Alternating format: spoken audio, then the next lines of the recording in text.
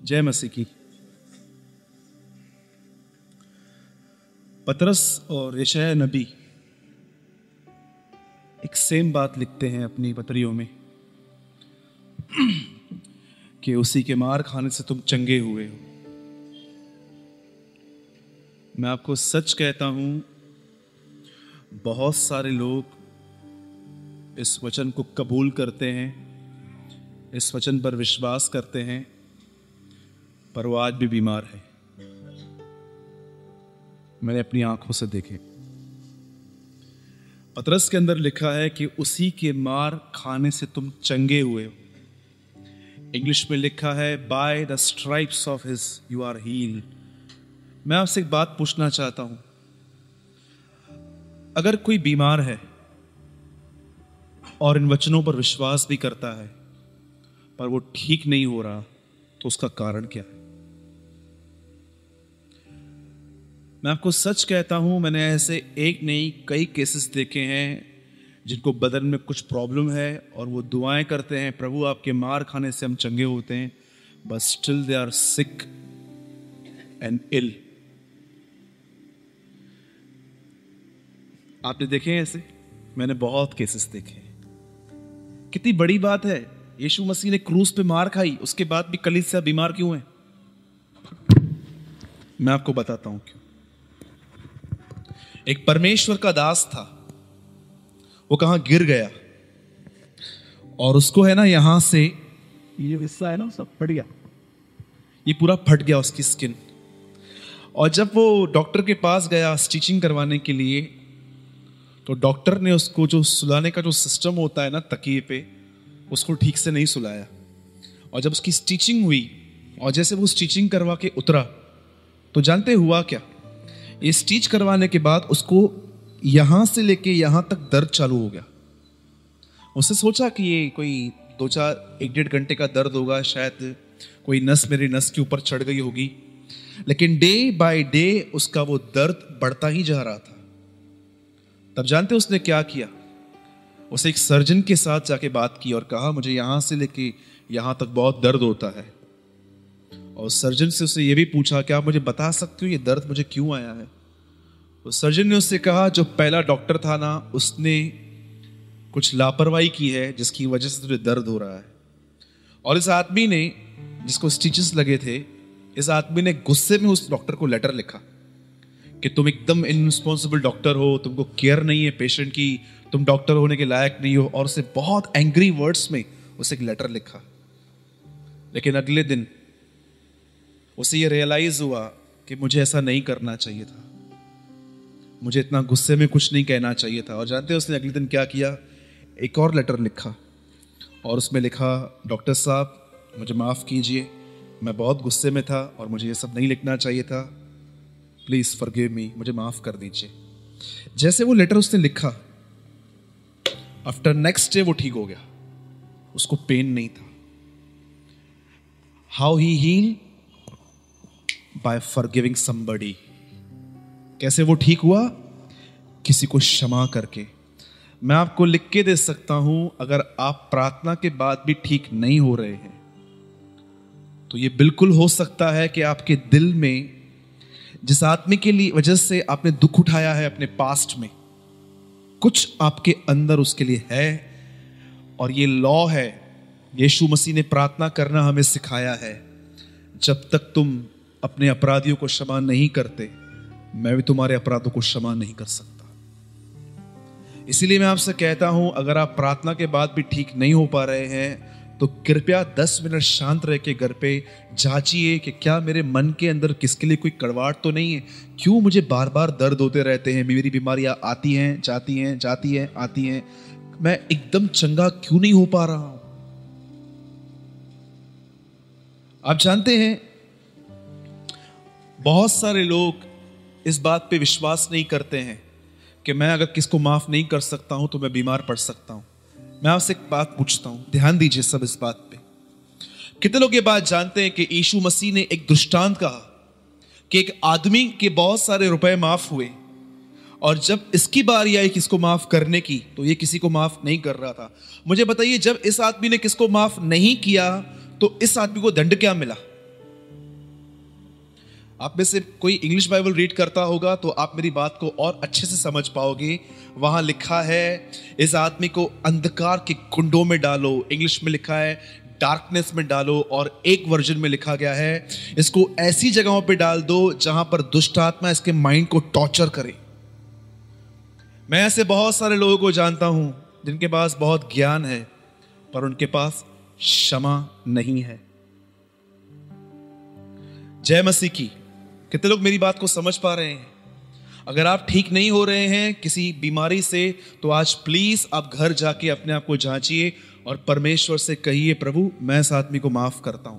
अब कभी कभी ऐसा भी होता है कि आप बोल सकते हो कि ब्रदर मुझे एक बात बताओ, एक आदमी ने मेरा 1 लाख रुपया खाया है, एक आदमी की वजह से मेरे बच्चे की ये हालत है, एक आदमी की वजह से मेरा परिवार टूटा है, इसकी वजह से आज मेरी ये हालत है। आपके लिए प्रचार करना बहुत आसान हो सकता है, मेरे लिए माफ करना इतना आसान नहीं हो सकता।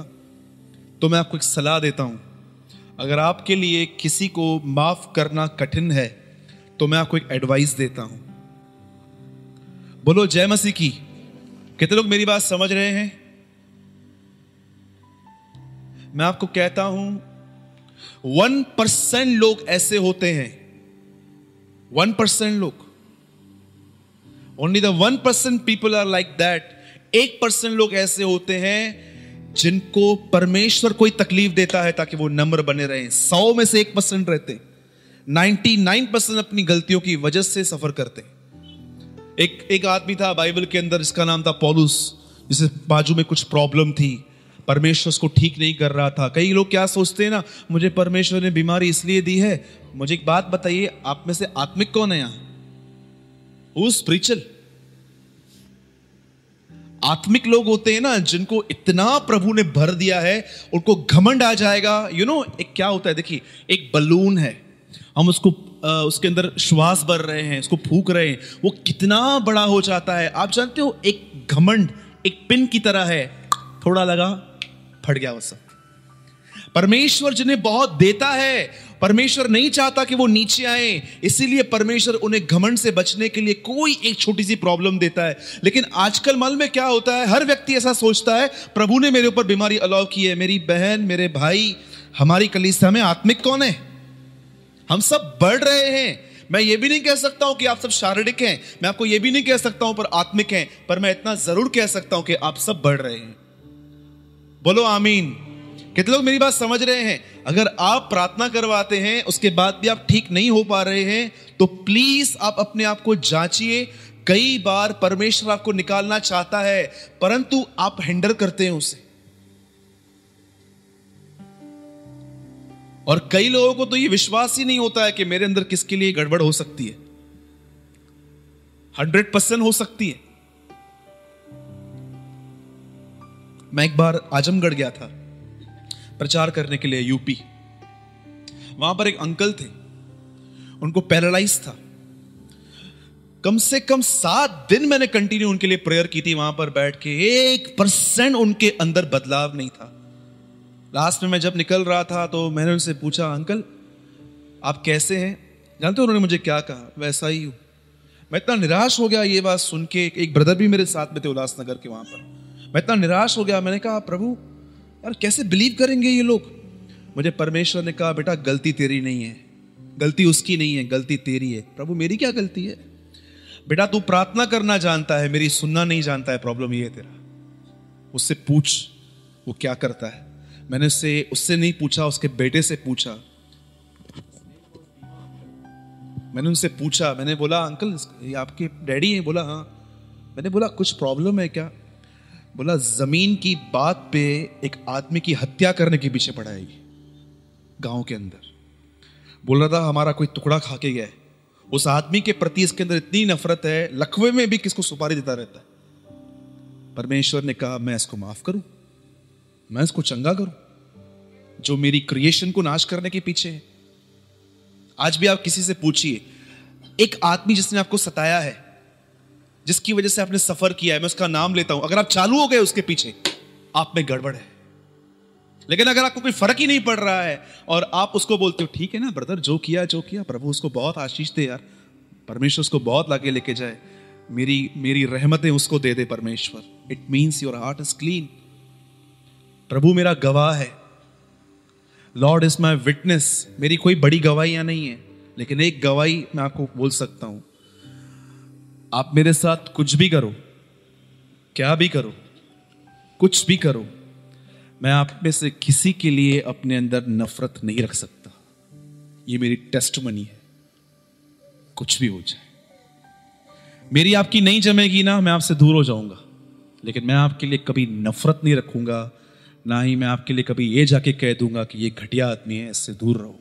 मेरा कोई काम नहीं है। परमेश्वर ने आई है, एक दिन आप और मैं सेम उसी प्रभु के सामने खड़े रहेंगे। जो परमेश्वर मेरे काम खोलेगा वो आपके भी खोलेगा उससे। अगर आपको कोई पसंद नहीं है ना, दूर हो जाओ उससे, हाथ मिला के दूर हो जाओ। भैया आप बहुत भले व्यक्ति हो, लेकिन कुछ प्रॉब्लम होता है इसलिए हम थोड़ा कम बात करेंगे, इट्स गुड। लेकिन कभी भी अपने अंदर उनके लिए नफरत, कड़वाहट या कुछ ऐसी बात मत रखना, क्योंकि याद रखना, पुराने नियम में लोग मारते थे एक दूसरे को पत्थरों से, पर इस नए युग में लोग मारेंगे अपने शब्दों से एक दूसरे को। और मैं आपको सच कहता हूं, कलीसियाएं भरी पड़ी हैं ऐसे प्रचारकों से जो जब पुलपिट पे आते हैं ना, उनके पॉकेट में इतने पत्थर पड़े हैं, ये इसके ऊपर पत्थर, ये इसके ऊपर पत्थर, ये इसके ऊपर पत्थर, ये उसके ऊपर पत्थर। कलीसियाएं भरी पड़ी हैं ऐसे प्रचारकों से जो लोग यहां पर खड़े रह के लोगों पे पत्थर मारते हैं। आपको क्या लगता है वो बचेंगे? मैं आपको सच कहता हूं, बाइबल कहती है हम प्रचारकों का परमेश्वर और कड़ाई से न्याय करेगा। अगर आप में से मुझे कभी भी किसी से प्रॉब्लम रहेगी ना, मैं आपको बताता हूं मैं क्या करूंगा। मैं आपको फोन करूंगा, मैं आपको बोलूंगा, बहन भाई आप फ्री हो? हाँ मैं फ्री हूं, मुझे 15 मिनट आपसे मिलना है। अच्छा तो ठीक है, आप आइए, मैं आता हूं। मैं आपके सामने बैठूंगा, आपको कहूंगा भाई मुझे ये प्रॉब्लम है आपसे, मुझे लग रहा है ये काम जो है ना चर्च को खराब कर सकता है, आप मत कीजिए। लेकिन अगर मैं यहां से खड़े रह के उस आदमी को इनडायरेक्टली सुना रहा हूं, मैं आपको बताना चाहता हूं, अगर मैं ऐसा कर रहा हूं तो मैं परमेश्वर का नहीं, मैं शैतान का सेवक हूं। क्या करता है शैतान? आप जानते हो शैतान की एक सेवकाई है। कितने लोग जानते हैं शैतान को 24 आवर मिनिस्ट्री है एक। और जानते हैं 24 आवर मिनिस्ट्री का उसका नाम क्या है? दिन रात भाइयों पर दोष लगाने वाला। इंग्लिश में बहुत मस्त लिखा है, कंडेमिंग द ब्रदरन्स। वो हमेशा भाइयों पे दोष लगाता है। और जब आप किसी पे दोष लगाते हो ना, आप शैतान को बोलते हो तू बहुत थक गया है ना, 5 मिनट रेस्ट कर, मैं तेरा काम करता हूं। और मैं भी कर देता हूं, ओके अभी तू कर, चल अपन साथ में करेंगे मिनिस्ट्री। लेकिन आप जानते हो एक और सेवकाई है बाइबल में, दानियल की। वो भाइयों पे दोष नहीं लगाता है, वो भाइयों को उठाता है। शद्रक मेशक अबेदनगो क्यों खड़े थे? दानियल की वजह से। तो भैया मैं आपसे पूछना चाहता हूं, आप दुआएं कर रहे हो इन दिनों में कि दोष लगा रहे हो? मैं बिलीव करता हूं हम जितने दोष लगाएंगे ये दुनिया उतनी नरकीय बनेगी, और जितनी हम दया करेंगे ये दुनिया उतनी स्वर्गीय बनेगी। It's upon you. और परमेश्वर ने आपको एक बहुत अच्छी चीज दी है, वो है चॉइस, जो जानवर को नहीं है। प्लैनेट्स, जुपिटर, मंगल ग्रह हमेशा घूमते रहते हैं, उनको चॉइस नहीं है, कभी यहां जाएंगे कभी वहां जाएंगे, वो रोबोट्स की तरह घूमते रहते हैं। लेकिन एक इंसान है जिसको ये चॉइस करने की शक्ति दी गई है, तुझे जो चुनना है चुन। बाइबल की शुरुआत इस तरह हुई है कि परमेश्वर ने आदम और हवा को चॉइस करने की शक्ति दी, तुमको जो खाना है तुम खाओ। आज आप चॉइस करो कि आप क्या चुनोगे। मूसा ने मरते समय इजरायलियों से कहा कि यहोवा ने तुम्हारे सामने जीवन और मौत रखी है, और यहोवा चाहता है तुम जीवन चुन लो, मौत नहीं। इसीलिए जब यीशु लाजर के घर में जाते हैं तो कहते हैं देखो मरियम ने कुछ चुना है जो उससे छीना नहीं जाएगा। आप क्या चूज करते हैं एवरीडे? Tell me. बहुत इजी है। जो आपको चॉकलेट देते हैं, जो आपको गिफ्ट देते हैं, जो आपको कुछ देते हैं, उनसे प्यार करना सब करते हैं। मैं कभी अपने कस्टमर्स से गुस्से में बात नहीं करता हूं, क्योंकि मैं उनमें से कमाता हूं।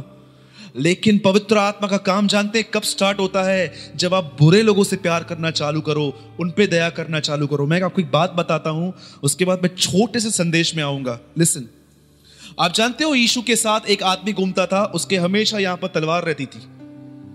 क्या नाम था उसका? हाँ बहुत फेमस है हमारे कलीसिया में, पतरस। उसके पास एक तलवार रहती थी। आप जानते हो एक दिन जब कोई लोग उसको पकड़ने के लिए आ रहे थे प्रभु को, तो उसने अपने यहां से एक तलवार निकाली और एक आदमी का कान काट दिया।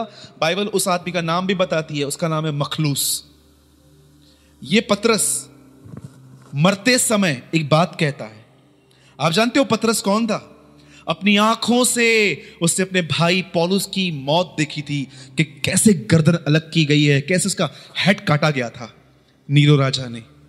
और यही नीरो उसे फतवा निकाला, मछुआरे को भी पकड़ो। और जब वह अपने मरते समय, जब वो बूढ़ा पतरस लेटर लिख रहा था, तो जानते हो उसने एक वचन में 4 आज्ञाएं लिखी। वो कहता है, भाइयों से प्रेम करो, एक दूसरे का आदर करो, एक दूसरे से प्रार्थना करो, और वो उसके बाद कहता है, राजा का सम्मान करो। अब ये राजा कौन है? ये यीशु नहीं है। उन दिनों में जो व्यक्ति पतरस को मारने के पीछे आ रहा था, पतरस अपने लोगों को कहता है, इसका आदर करो। अरे भाई पतरस, तू क्या बोल रहा है? कोई टाइम था तू तलवार लेके घूमता था, आज तू अपने मारने वालों के लिए ऐसा बोलता है इनका आदर करो। That is Holi spirit. क्या आप ये बिलीव कर सकते हो? पवित्र आत्मा एक आदमी को इतना बदल सकता है कि वो अपने शत्रुओं के लिए ऐसा बोल सकता है कि मैं इनकी रिस्पेक्ट करूंगा, क्योंकि परमेश्वर ने शायद शत्रु मुझे इसीलिए दिए हैं ताकि मैं इनसे प्रेम करूं, और इससे एक वचन पूरा होता है। बहुत आसान है उनसे प्यार करना जो आपसे प्यार करते हैं। सोलिश पावर है ये। सोलिश समझते क्या होता है? क्या कहती है बाइबल? प्रभु का वचन प्राण और आत्मा को अलग अलग करता है। अगर आपको कोई प्यार करता है और आप किसी से प्यार करते हैं, दिस इज सोलिश।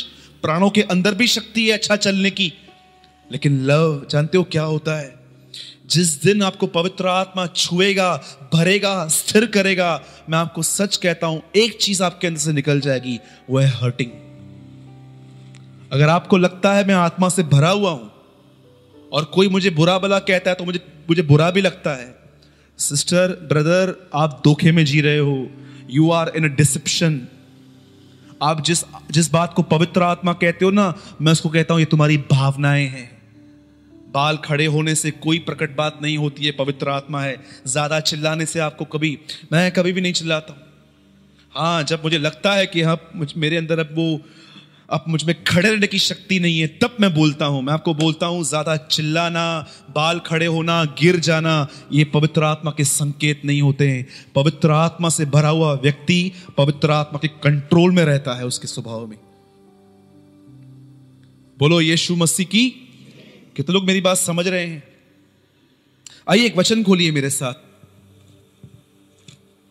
मत्ती 5 अध्याय।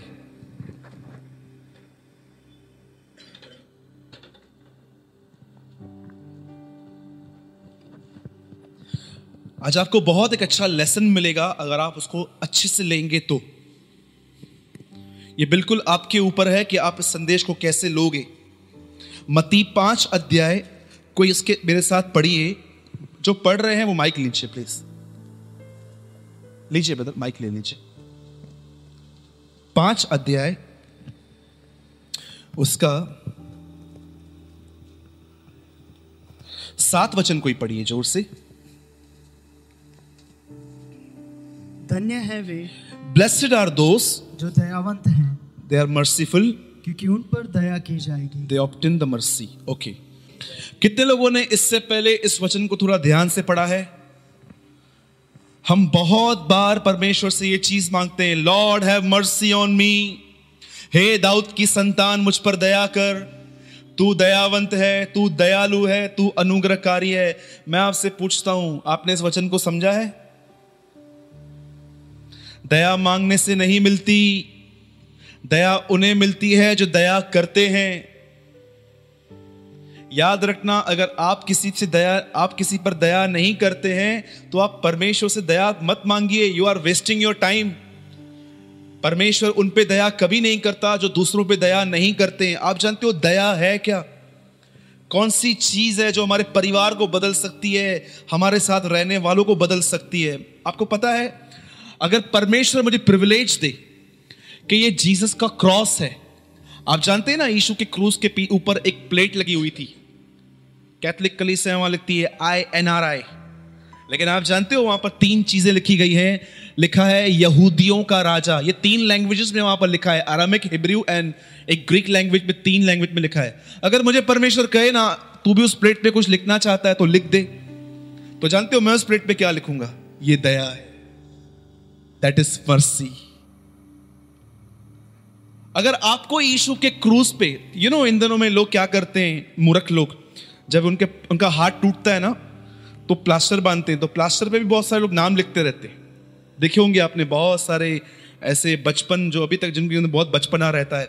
समझो अगर परमेश्वर आपको उसकी लकड़ी पे कुछ लिखने का मौका दे तो आप क्या लिखोगे? मैं क्या लिखूंगा? मैं ये लिखूंगा, ये यीशु मसीह नहीं है, ये प्योर परमेश्वर की दया है।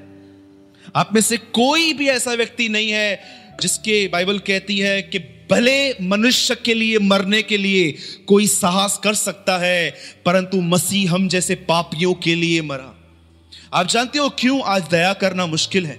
क्यों आज माफ करना मुश्किल है? क्यों आज अच्छा चलना मुश्किल है? क्यों आज सॉफ्ट आंसर देना मुश्किल हो गया है? बिकॉज लोग परमेश्वर के उस क्रूस पे निहारने से चूक गए। मैं आपको एक बात बताता हूं, अभी थोड़ा इस बात पे ध्यान दीजिए। Listen very carefully. आप में से कितने लोग ये बात जानते हैं, एक दिन प्रभु यीशु मसीह एक जगह पे खड़े हुए और कुछ लोग एक आदमी को जिसको लकवा था उसको लेके आने की कोशिश अंदर कर रहे थे, पर वो नहीं पहुंच पा रहे थे। अचानक उन लोगों ने क्या किया, उस आदमी को छत के ऊपर चढ़ाया, उसको वहां से नीचे उतारा। नीचे उतारने के बाद जब यीशु ने उस आदमी को देखा तो जानते हो यीशु ने क्या कहा? तेरे पाप क्षमा हुए।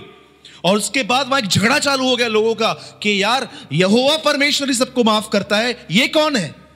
और जानते हो यीशु वहां क्या कहता है? मनुष्य के पुत्र को पृथ्वी पर पाप क्षमा करने का अधिकार है। फिर बोलिए मेरे पीछे, मनुष्य के पुत्र को पृथ्वी पर पाप क्षमा करने का अधिकार है। अब मैं आपसे एक बात पूछता हूं। एक धनवान व्यक्ति था जो मारा गया और सीधा गया नरक में। मुझे बताइए वो वहां से किससे बात कर रहा था? इब्राहिम से बात कर रहा था। क्या कह रहा था? मुझे यहां से निकाल, मुझे पानी दे। आप जानते हो बाइबल साफ कहती है यीशु मसीह को बहुत सारे अधिकार हैं। याद रखना, बाइबल ये कहती है स्वर्ग और पृथ्वी का सारा अधिकार उसके पास है। एक जगह पे लिखा है कि सारे अधिकार दिए गए हैं उसे ताकि हर चीज उसके पैरों के नीचे आए। लेकिन मैं आपको बताना चाहता हूं एक अधिकार यीशु के पास नहीं है, और वो अथॉरिटी है।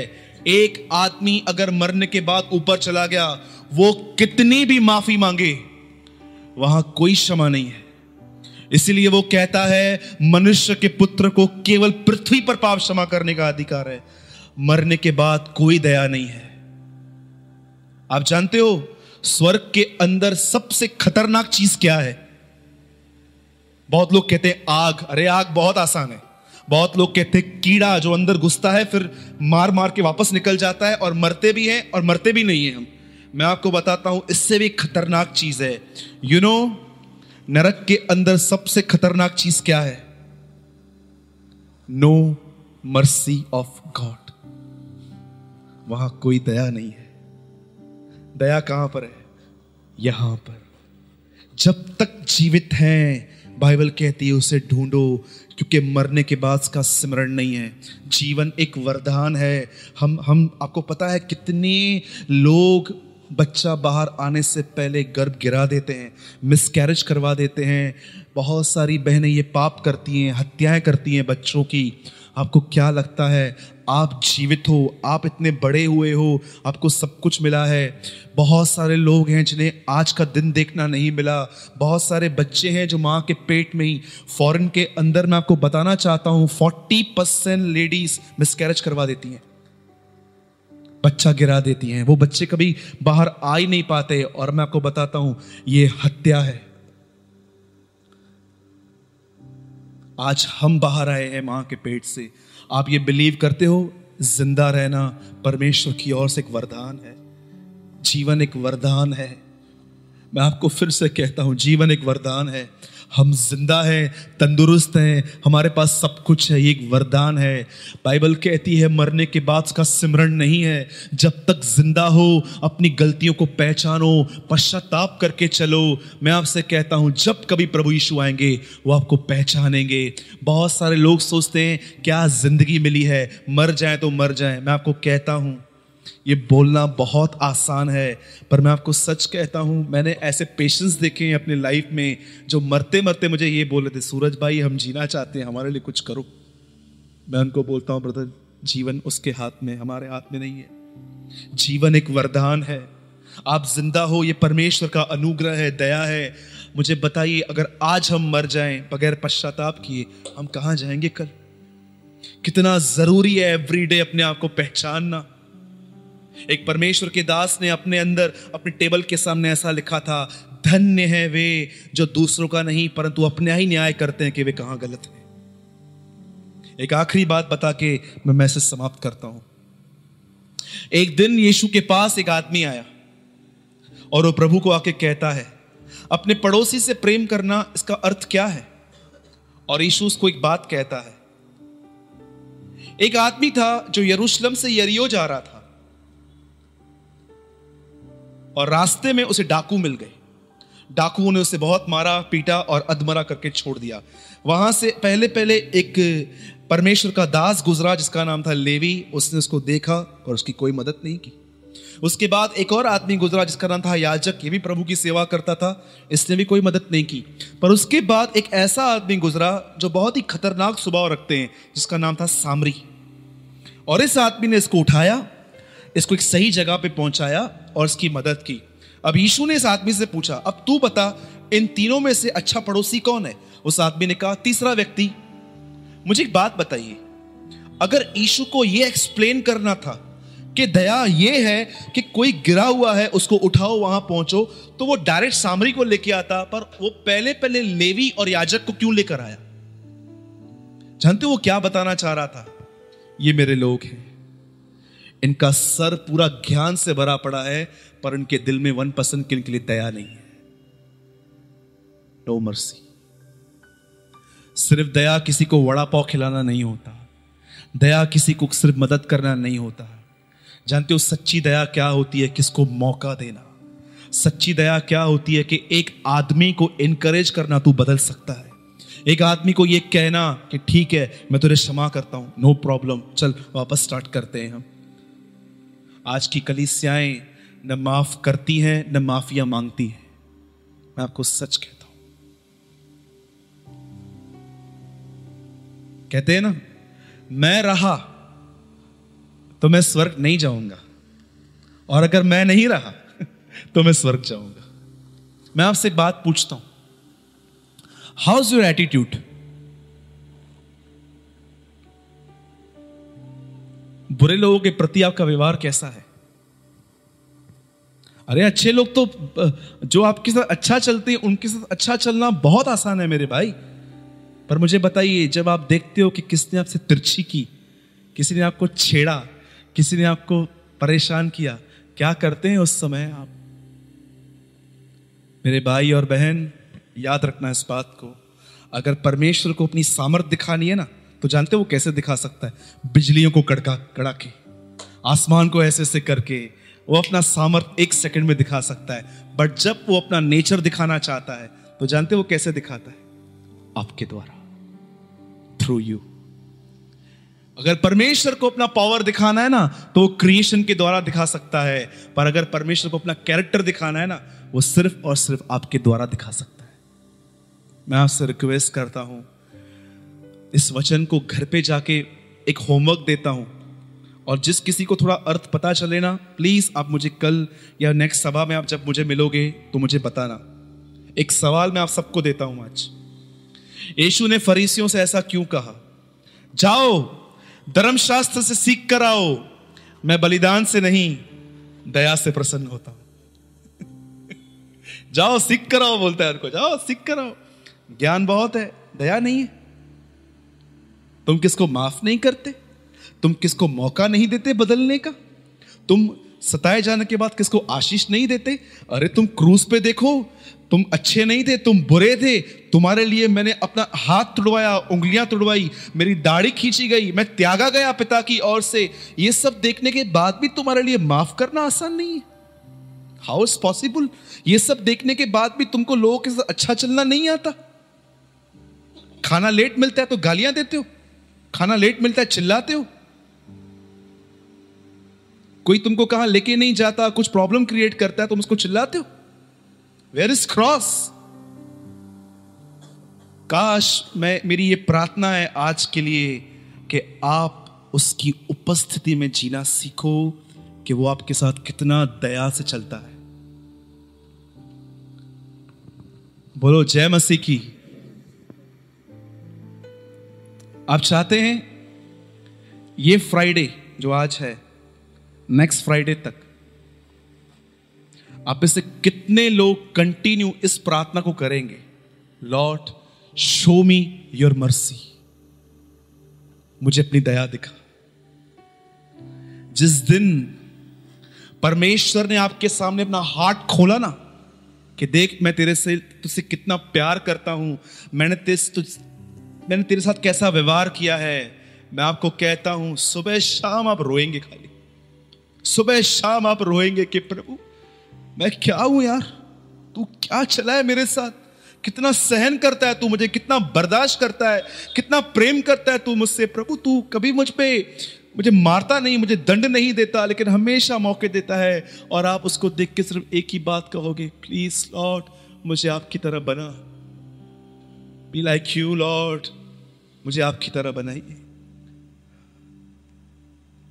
रिक्वेस्ट करता हूं इस फ्राइडे को, नेक्स्ट फ्राइडे तक ये प्रार्थना कीजिए, प्रभु मुझे अपनी दया दिखा, शो मी योर मर्सी। मूसा को दिखाई थी उसने, आपको भी दिखाएगा।